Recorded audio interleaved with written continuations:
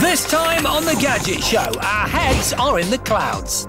Or should we say, the cloud? Go! Yes, in this week's challenge, Pollyanna and I go head-to-head to see if ditching your hard disks and embracing cloud computing really is the future of how we'll all use computers. What did she promise you? We attempt to answer another of the biggest tech questions of the moment. Should you buy a 3D TV? I think it's great. I wouldn't touch 3D TVs with a barge pole. And John meets some quite brilliant robots whose only aim in life is to answer our every whim. What kind of drink would you like?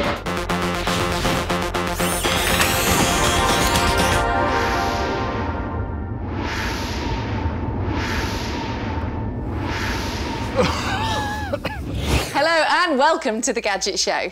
Yeah, and in this week's show, the challenge is between Ortis and Polly. And if I'm absolutely honest with you, so I don't want to upset you guys, it's all a bit wishy-washy, isn't it? Don't you think? It is a bit. Yeah, I do know what you mean. Yeah, you see, our challenges, me and Susie, they're all like full of adrenaline. Oh, yeah, here we go. No, but what he's trying to say is that we literally have stared death in the face in the name of the Gadget Show. Yeah, absolutely. We've stared death, we've jumped off bridges. Scaled tall buildings. I've ended up in hospital, casualty several times. Yeah. Look at that! Oh! Susie, are you OK? I've put her there. Susie, you're not the only one that's been hospitalised. Oh, hang on a minute. Last week you ran into a bush and you sprained your thumb. It was hardly jackass, was it? Thanks very much, Susie. Look, this week no one ended up in A&E, but Polly and I did come up with a challenge to put some hardcore proper tech through its paces. Yes, this week Ortis and I decided to tackle the very future of computing. What we would have done was like tackled each other, wouldn't we? No, that's my point. Yeah. Imagine a future where your PC's hard drive becomes redundant, where all your documents, photos, videos, programs, music and games are transferred onto remote servers, allowing you to access your stuff from any online computer anywhere in the world. Well, this future is rapidly becoming a reality. It's known as cloud computing, and it all sounds great in theory, but how good is it in practice? Well, we want to find out, so we're pitting cloud computing against non-cloud computing in another Gadget Show Smackdown. So we've asked the tech father, Mr. John Bentley, to come up with a series of challenges to prove which one's the best. Hello, Mr. Bentley. Welcome.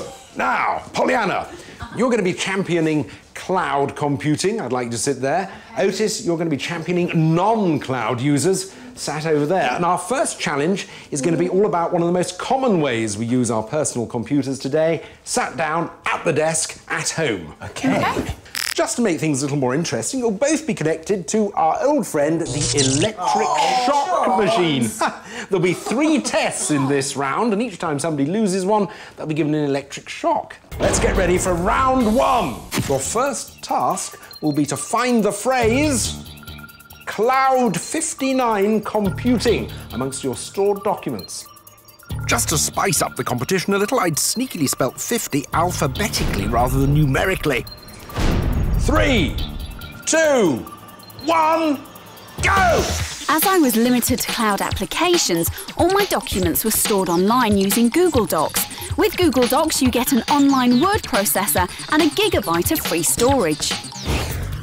I thought finding a simple phrase on my hard drive would take nanoseconds. I was wrong. Oh, I'm going to beat you, Mr. Dealey. I don't think so. And then I had a brainwave. My computer was running Windows 7, which offers index searching. This means as soon as you start typing, it starts throwing up possible matches. With Google Docs, you can search part of the phrase, but it isn't as instantaneous as Windows 7. Got it? Oh, yeah.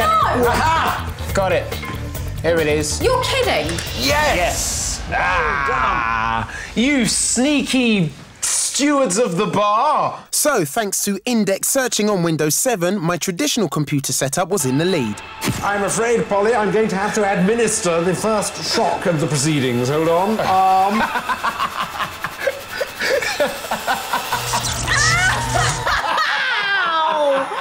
That kills! Here are 2 memory sticks, and on them you'll find 3 separate video clips and a music track. All you've got to do is edit them together into a movie. Are you ready? Ready. 3, 2, 1, go! Right, I'm going to be using Adobe Premiere Elements 8. I decided to go for the popular online cloud-based edit system, J-Cut. But I soon encountered a problem. It's uploading, but it's taking a little while. Oh, I see. Oh, this is quite slow. 3%. This is one of the major handicaps of cloud computing. You're only as quick as your internet upload connection speed. The average download speed in the UK is around 5 megabits per second, compared to an average upload speed of just 553 kilobits. And if you've got large files like video, it can take forever. I was having no such problems editing with my Adobe Premiere 8, and I didn't have to wait too long for my clips to import, and the software made it a breeze to edit the clips together. I was still waiting for the clips to upload. How are you doing? I think I'm done, actually. What? Really? There it is! Yay! Brilliant. Oh, you know what this means? Oh, no! I get to use this machine again. Hold on. May I? G10.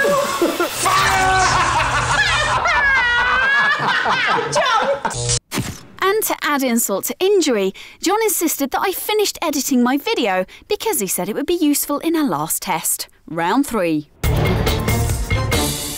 Take the hard drives out of your computers and give them to me as quickly as possible. Cool.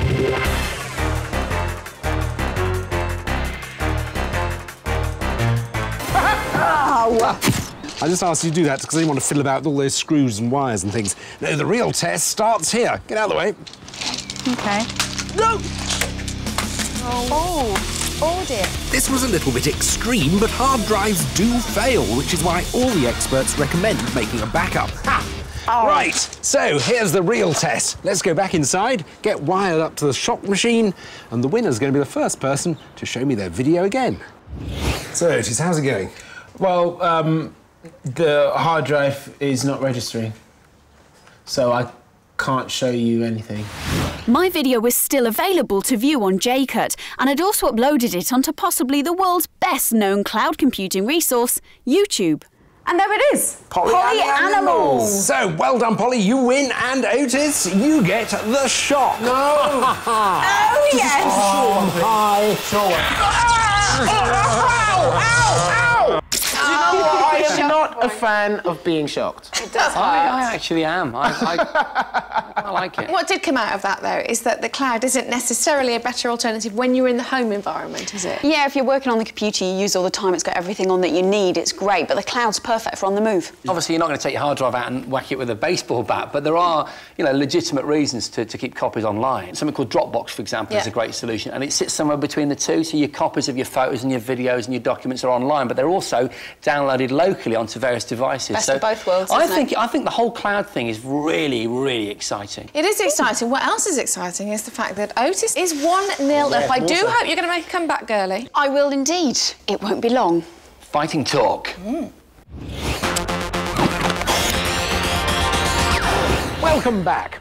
Now, I want to talk to you about robots. Or to be more precise, domestic robots. The kind we've been promised in sci-fi movies since the 1940s that'll spare us once and for all from cooking, cleaning and all sorts of other boring chores. Well, with the exception of a few clever gadgets like these robotic vacuum cleaners, I think it's fair to say that we won't be hanging up our aprons just yet. Or will we? While I was in Singapore recently, I headed along to the RoboCup at Home competition, a contest designed to find the world's best domestic robots and possibly the perfect robotic servant of the future. We've visited laboratories all over the world and seen robots put through their paces in carefully controlled conditions. But here in Singapore, they've let them loose in the local toy shop. I've never seen a robot go shopping before. It was all part of RoboCup at Home 2010, the fourth year of an international competition where the world's most advanced autonomous robots come together to show off their domestic skills. A big hello to the Gadget Show. The main event was here at the massive Suntech exhibition hall, where 24 teams from 15 countries had brought along robots designed to help around the house, without ever helping themselves to our drinks cupboard. This is the heart of the competition, a series of rooms built to replicate a domestic environment. It's here the robots have to show their prowess, or lack of it. The aim of RoboCup at Home is to encourage the development of fully interactive humanoid robots. But for starters, they just needed to perform some benchmark tests to advance to the next round. This is a test called the Enhanced Who is Who test. In this test, each robot has to recognise 3 different people in the room. My name is Matthew. And then bring each of them a drink. Although some, like the MRL robot from Iran, had a few problems just getting through the door. There are no remote controls or joysticks involved here. Nice to meet you, Joshua. Just speech or gesture commands like you'd give your manservant or maid. Not that I have either, you understand. Eraser, are you ready? I'm ready. After the benchmark tests had been completed, many of the metal Mickeys had fallen by the wayside. We were then left with the final qualifying teams, including firm favourites Erasers from Japan and last year's winners Bitbots from Germany. This is our robot Johnny Jackanapes. It's equipped to navigate through an environment with a laser scanner. It's also equipped with a katana arm that we can manipulate some objects, and to detect the objects, the robot is equipped with a high-resolution camera to recognize and identify faces and can detect emotions of a person. So we can detect whether a person is happy or looks sad or is surprised. Impressive stuff, and it appeared I'd impressed the organisers too. They invited me to join the judging panel for the final open challenge round. It's good to have someone from the media there. Very flattered to be asked. I think splendid. Excellent. Yeah. For this deciding round, we had a catering theme, where my fellow judges and I were to be served various refreshments. And first up were Plasma MK from Thailand, whose cheery Nicole robot only responded if you were called Michael. Please tell me your name. Nicole, my name is Michael. Welcome, Michael. I'll show you your daily. All fairly basic stuff, but this was the first time they'd entered the competition. Nicole, I'm ready to order. Today, there are cookies, potato chips, beer and lemonade. Nicole, I'd like cookies. However, by making me pick up the biscuits myself, she certainly wouldn't be getting a tip. Thank you very much. Next up, I was ushered in by Bitbot's Johnny Jackanapes. I'm following him. Johnny had all the dexterity required, but I knew the clincher would be how well he recognised my emotions. I'm going to try and look happy. You want neutral. Oh! Neutral. Poor old Johnny, I think he'd blown his chances. Next up was Nimbro's rather spooky-looking Dynamade. Like Bitbots, Nimbro also came from Bonn in Germany, and last year won a Special Innovation Award. It's taken 500 scientists 5 years to make Dynamade this advanced, and the ability to shut the fridge door would certainly be a bonus in our house. The last competitors were the Erasers team. Having to follow Dynamade's elegant performance meant the pressure was really on. May I help you? Daigoro, I need another drink. But Erasers were no pushover. Their Diagro robot was really coherent. What kind of drink would you like? And its ability to select a specific can from amongst a mixed group of other drinks was the most impressive achievement of the competition. That was the last performance by the Erasers. It certainly seemed the most sophisticated of the lot.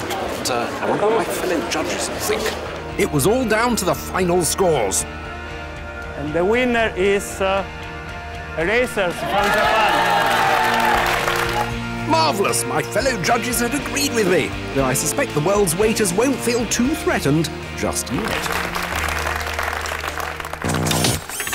Now, if video games are your thing, you might want to head over to our website at 5.tv/Gadget Show. There you'll see what happened when Web TV reporter Dion South went to meet the designers of a new video game, Enslaved: Odyssey to the West, and had a chat with the game's star and director, Andy Serkis, better known as Gollum from Lord of the Rings. Suze, I've got something absolutely astonishing to show you. It's a hybrid, hydrogen-powered remote control car. Hydrogen? You get this solar panel, OK, so use the sun's energy. OK. You've got this little hydrogen fuel cell factory, if you like, here, which you fill with water. Then whack this little battery into there, OK? Ah, the process starts in here. The process starts there, so oxygen and hydrogen are separated. Hydrogen is put into the battery here. You put 2 of these into the car. Yeah. A chemical process takes place, and energy is produced, and it drives the car. Does it actually work? Well, I'm really pleased you asked that. Should we give it a go? Yes. Let's get it outside. Check it out, Susan. Hey, it's pretty nippy. Like. Isn't it fantastic when you think about the scope for hydrogen-powered toys? It's absolutely incredible. And the other thing, of course, is if they're doing it at this scale, which is 1/10 of actual car scale, it's got to bode well for the future of actual vehicles, hasn't it? Good point, Batman.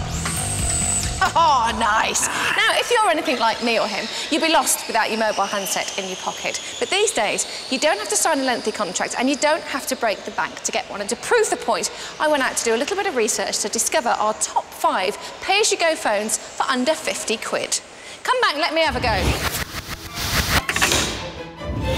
I headed to Canary Wharf, business capital of London, to put the pay-as-you-go phones through their paces.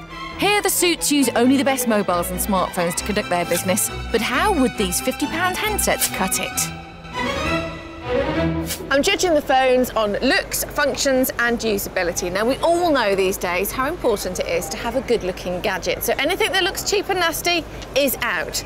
Starting with you. Not only are you pink, but you look like you've fallen out of a cracker. Next, functionality. I checked out the phone's main functions, took photos, sent messages and accessed my emails. I think I've got quite good eyesight, but look how small those icons are. Finally, usability. The handsets that were easy to use stayed. Quite bright and breezy little number. While the handsets with clunky touchscreens and tiny or ugly buttons went. Nice slide-out keyboard, and then that along the bottom. Not nice. So, after a busy morning's work, I'd finally whittled the handsets down to find my top 5 pay-as-you-go mobiles. At number 5, it's the Alcatel OT808. Open up the cute clamshell cover and it's got quite a few nice little features, starting with the QWERTY keyboard with access to all your favourite social networking sites. With instant access to Facebook and Twitter and a decent internet browser, this isn't a bad little phone. OK, so it's got a pink case, but the good news is it comes in Chrome too. At number 4, it's the INQ Mini 3G. This 3G-capable handset is designed specifically to access all of your favourite social networking sites at the touch of a button. And it can link straight to your iTunes or Windows Media Library. The internet is great on this phone. The only trouble is the screen size is a little bit small and your pages get a bit lost. At number 3, it's the Huawei U7510. Its 2.8-inch touchscreen is really quick and responsive, and this phone has Google Maps installed, which is a really useful feature to have. But it's missing a certain something that the majority of the phones we tested came with as standard. It does lack an FM radio, but with its 100 meg internal storage, that's more than enough space for you to download some of your favourite tracks. Most phones come with a tiny amount of internal memory, some as low as 18 meg, so the Huawei's 100 meg is impressive, but not as impressive as my next phone. At number 2, it's the LG KS365. It comes with all the features you would expect from a budget phone nowadays: 2-megapixel camera, FM radio, as well as a couple you wouldn't: email and a web browser. It also boasts a built-in memory of 128 meg and has a rather nifty interface. A slide-out QWERTY keyboard, which is great for accessing all the functions. At number 1, it's the Samsung Genio QWERTY. It has the looks of a BlackBerry with a QWERTY keyboard and a 2.2-inch screen, and it's packed with features including an MP3 player, instant access to social networking sites, and an FM radio that you can record and play back. Photographs taken on this 2-megapixel camera actually look quite good on this screen, and the email access is really easy to configure. Wow! So there it is, the number 1. Obviously, it's a bit of a BlackBerry copy, isn't it? It is, but under 50 quid, all of those phones. I agree, it's a great-looking phone, and all of that social networking capability. Yeah. For under 50 quid, you'd never have been able to do that a few years ago, would you? No, it was just literally text and phone, wasn't it? You know, and now they've got everything on. Job done. Yeah.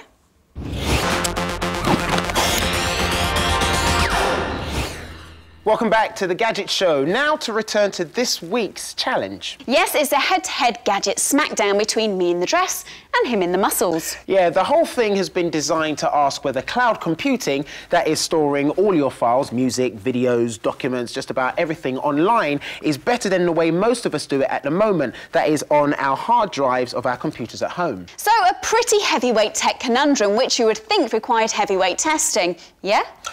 No, because you see, for the first part part of the challenge, Polly and I were wired up to a torture device. Yes. They call it the Shock Boy. And the whole testing process was nothing more than an excuse for John Bentley to inflict pain on the pair of us. It was. However, happily, the second part of the challenge was somewhat less painful. Oh yeah, because they'd replaced pain with embarrassment.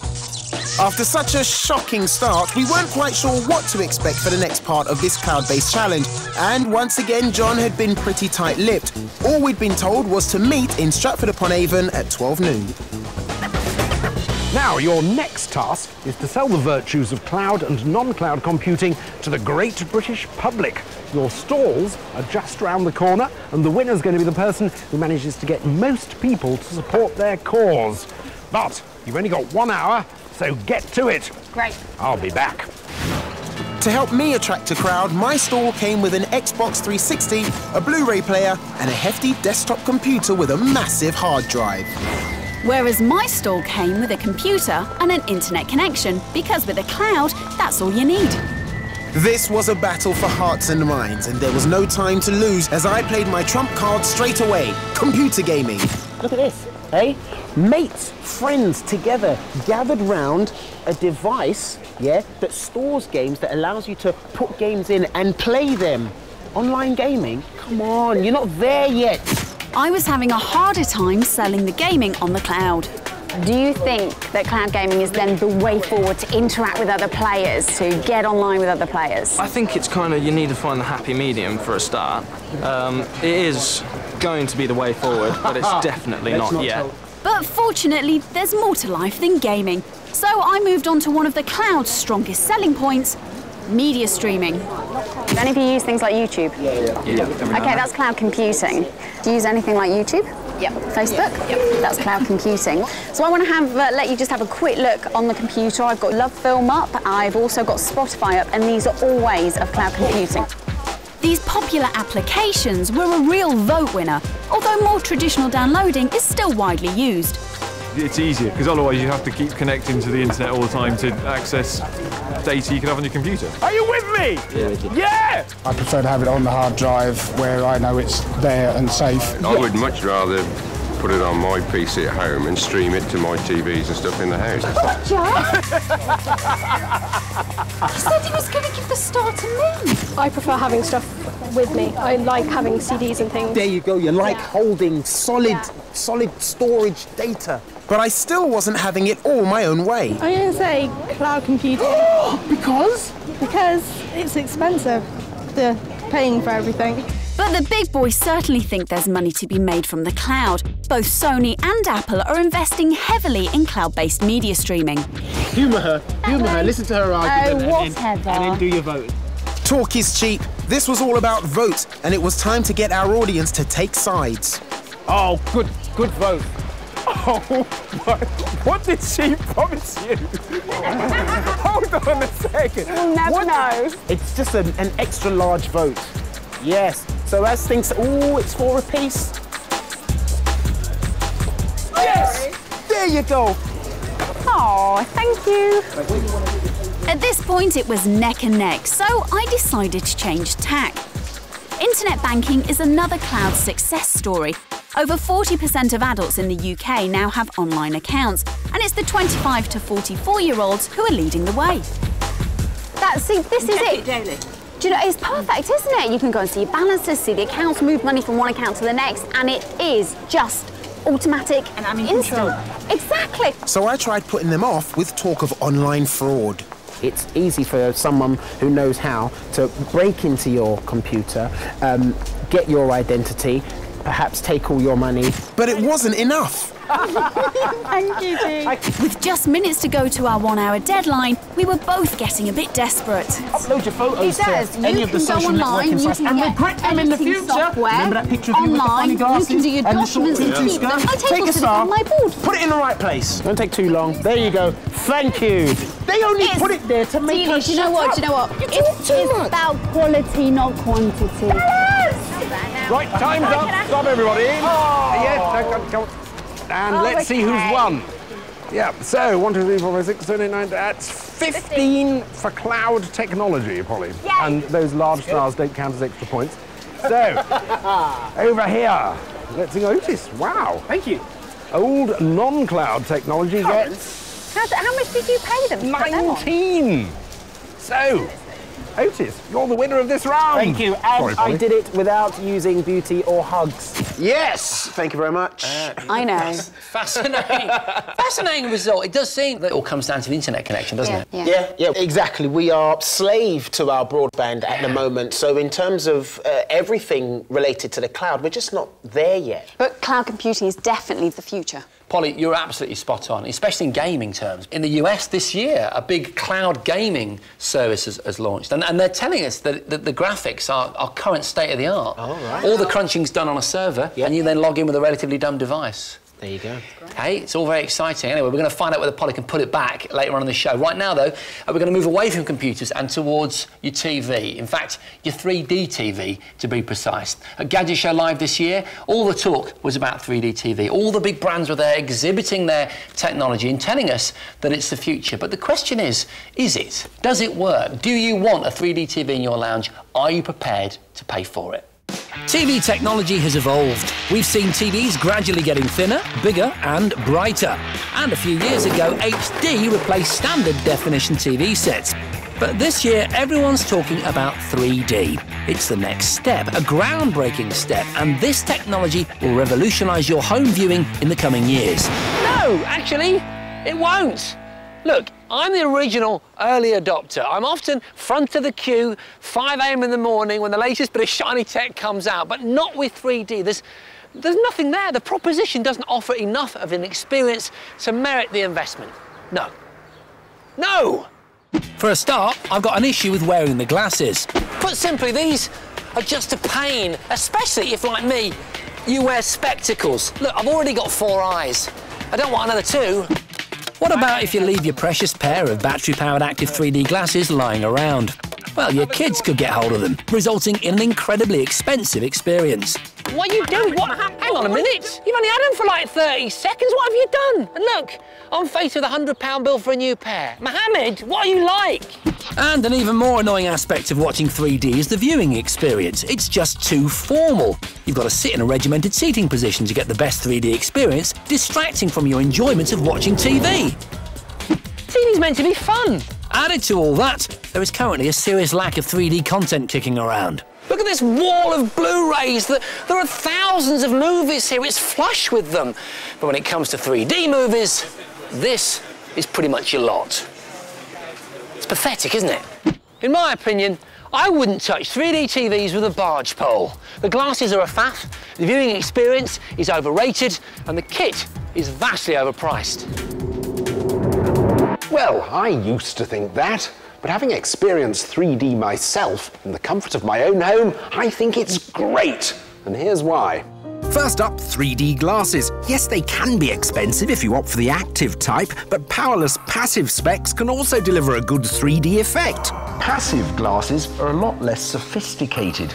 They don't need any power for a start, and they only cost a few pounds each. So it's not the end of the world if you break them, and you can have lots of people round to watch. Anyway, I think wearing glasses turns TV watching into more of an event. And these aren't in the least bit uncomfortable. And when it comes to what you can watch, there'll be more 3D movies like Monsters vs. Aliens, released later this year and in early 2011. And it's not just 3D Blu-ray movies either. Sky's 3D service, Europe's first 3D TV channel, will be available in homes across the country this autumn. With programmes from kids stuff to nature to sport, it looks like there's a whole range of content's going to be available. I have to disagree with Jason. I think the viewing experience is fantastic. It's every bit as involving as 3D in the cinema. It's crisp, it's clear, the way things jump out at you from the screen is amazing. It really makes you feel part of the action. And to prove just what an involving experience 3D offers, I set up a little experiment at Aston University. We put heart rate monitors on 2 groups of students to measure their heart rate while they watched Monsters vs. Aliens. One group watched it in 3D, while the others watched it in 2D. And the results were conclusive. Halfway through the movie, the average heart rate of the students watching standard Blu-ray went down from 75 to 71. but the average heartbeat of those watching in 3D went up from 73 to 91 beats per minute. Overall, the heart rate of those watching standard Blu-ray decreased by 5%, but the heart rate of students watching 3D increased by 8%, clearly showing the excitement of the 3D viewing experience. Of course, early adopters inevitably have to pay a premium for the latest tech. But even if you don't want to be in the vanguard of new technology and the envy of your friends, just wait a while. The price of this wonderful viewing experience will drop. I think 3D TV is definitely here to stay. Oh, a fascinating test. Brilliant. So 3D or not 3D? That is the question, isn't it? It is. I mean, I still think that at this stage, the money that you're paying for the experience doesn't really work for me. But in terms of gaming, yeah, that's where it does get quite exciting. Softening up already. A little bit, John. See, the thing I find about 3D is I love the absolutely, completely immersive experience, and it's having the option to watch something in 3D that I rather fancy. So the question is, if you're going to buy a new TV now, would you buy a 3D TV?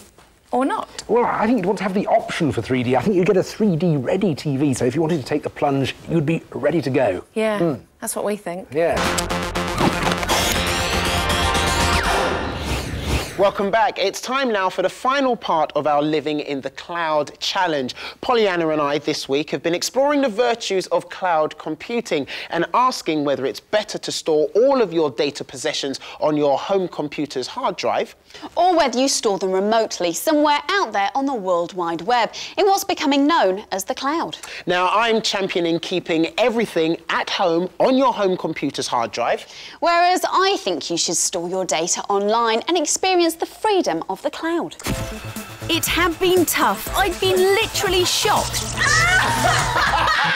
after losing the first round of our challenge. And then I'd failed to convince the Stratford public that cloud computing was the way to go. So, I was 2-0 down, but I was still determined to prove the superiority of the cloud in our final test. Hello.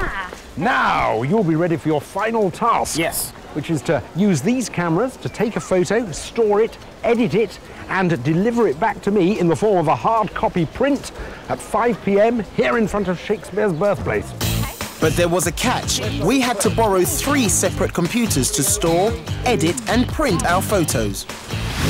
Once again, I was championing NonCloud methods, so I first had to transfer my picture to a memory stick to use in the different computers. Whereas I could upload my picture to the internet and then access it from any computer I found. But as the shops were out of bounds, we needed to find people with computers on the street, and that was easier said than done. Excuse me, Mr. Modern-looking man, would you happen to have a laptop inside that bag? No. Have you got a laptop in your bag? No. No! Sorry to bother you, I don't suppose you've got a laptop with you or a computer or anything, have you? Sorry. Nothing. Nothing. This was impossible, so I left town and headed to the river. I've just happened upon a great scheme. Now, those people who live on canal boats, barges and such, they'll want to stay connected, won't they? They'll have laptops, eh? And I hit the jackpot straight away. I wonder if you would have a laptop on your barge. No, I've got a PC. That's good enough for me. Within minutes, using the canal boat owner's PC, I transferred John's picture from my camera's SD card to my memory stick. Right, 1 down, 2 to go. Right, thank you very much, sir. Thank you. And off we go. John had banned us from using computers inside shops, but he didn't say anything about dragging people outside. Desperate times call for desperate measures. Here she comes. Marguerite is a lifesaver. With a good internet connection provided by the shop's free Wi-Fi, it took me literally seconds to connect to my online photo site in the cloud. But uploading John's picture was a lot more nerve-wracking than I expected. The only thing is the battery's nearly dead on the computer, so we're hoping that it lasts just long enough for us to actually get the picture on. The easiest part of the challenge is over. I've now got to find someone who has a laptop with photo editing software already installed on it, so I'm not allowed to use anything in the cloud. I had no such worries, as I could edit my picture online. So I was back on the street looking for a computer. And then I had a stroke of luck. I'd found an iPad. OK, and enter. I was going to edit my snap using the online photo editing site Picnic. But there was a problem. Do you know what? It's just dawned on me. It's Flash-based. I'm not going to be able to do it on here. Oh, no! So sorry. Picnic's website runs on Flash, a system for showing pictures and video online that isn't supported by the iPad or iPhones. It was a disaster. I had just an hour left, and it wasn't looking promising. I was having much more luck. I'd found a media student. Have you got a laptop in there? Yeah. Good man. And even better, he had Photoshop. There it is. Within minutes, I'd given John a big head and saved the image to my memory stick. 2 down, 1 to go. Luckily enough, I managed to find another computer. Let's get onto the website. So this time, there were no issues with Flash. The problem now was the 3G dongle I borrowed to connect to the net. It just took ages to load the Picnic site. And until it was loaded, I couldn't edit. But eventually I got it to work and I was back in business. So I've got my photo, it has been edited. I can give you that back now. Thank you very much. Right, I need to go and get my photo printed. Bye. Now, people don't usually carry printers in the street, so I headed for a residential area. The theory being homes equal printers, but then I spotted a school. They were bound to have one. I wonder if you can help me. This was getting really tight, so I decided to call a friend who offered to print off my picture. And because my picture was online in the cloud, I could just give them access to my Flickr account. Back at the school, the headmistress wanted to see me. Please, miss, could I use your printing facilities? Well, as you've asked so nicely and you were obviously such a good boy, I'm going to say yes. That's brilliant! Right, just come off, yeah, there we go. Fabulous! Right, there we go. I arrived at the printers just as my picture came off the machine, but I'd had an idea to make my print extra special. With only minutes before our deadline, we were both on the run. But who would reach John first?